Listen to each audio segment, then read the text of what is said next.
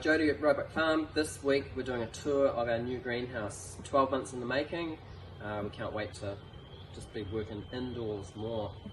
So it's Redpath design, 400 square metre high wind design, and it's got gutters to get the rain off. We'll do another episode on the greenhouse build.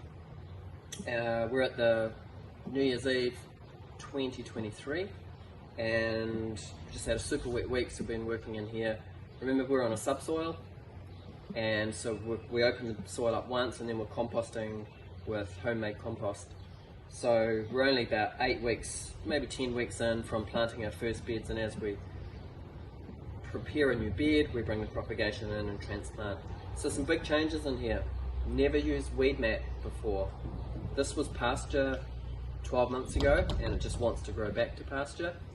So we're using a lot of weed mat for our transplanted crops, and we'll show you the drip irrigation. We've got drip irrigation underneath the weed mat. We'll show you the header pipe up the top. We're using the Quippler system for tomatoes and cukes this year, which is a wire and 2 clips for dropping them. Loving that. No more ladder. Super quick. Wish we knew about it 20 years ago.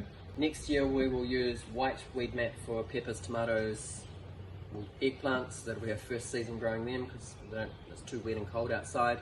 And cucumbers, and we've just been burning holes in the weed mat, making modules and moving them around. So we've got cherry toms, peppers, some carrots, dwarf bush beans. Carrots aren't on weed mat. Basil, parsley, courgette, lettuce has been pumping. We've just done 2 cuts on this bed. Beets, and we're doing pole beans up the tomahawks, but we've replaced the white twine with jute, compostable string. Pretty excited about seeing the beans just grow up. We're going to lower them into the season. We just cut them top and bottom and drag the plants out. Everything goes in the compost. So having the jute on the tomahawks, we're really looking forward to end of season, really quick exit, get everything out and get everything back in super quick. Top wires up on the greenhouse to train everything up to. And 20 beds in here. We've got five to go, and we've got more projects outside. While other things were set up in here, we had to dig power in for the fans. We've got a battery charger, 2 tool walls in here, so we've got all the tools that we need to use just live in here for bed prep.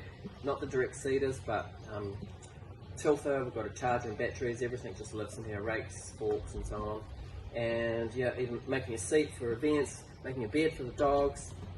Speaker box, just finishing off with the bells and whistles, and it's just a beautiful place to work. It's just been a week of 100% humidity, no sun.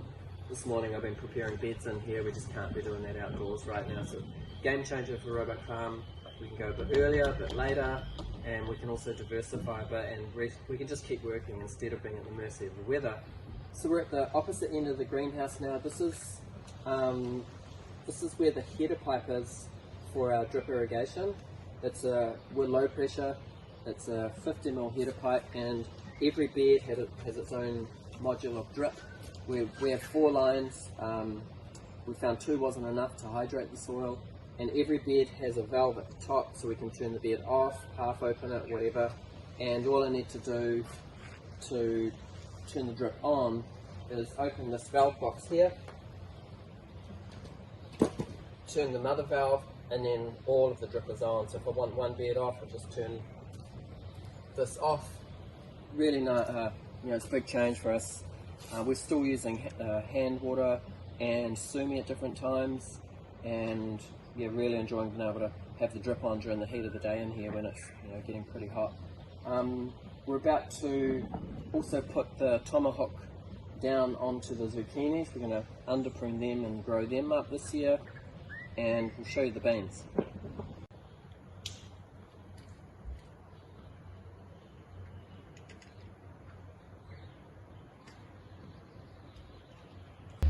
We always do bush beans for restaurant, or heritage bush beans, save seed off for 20 years.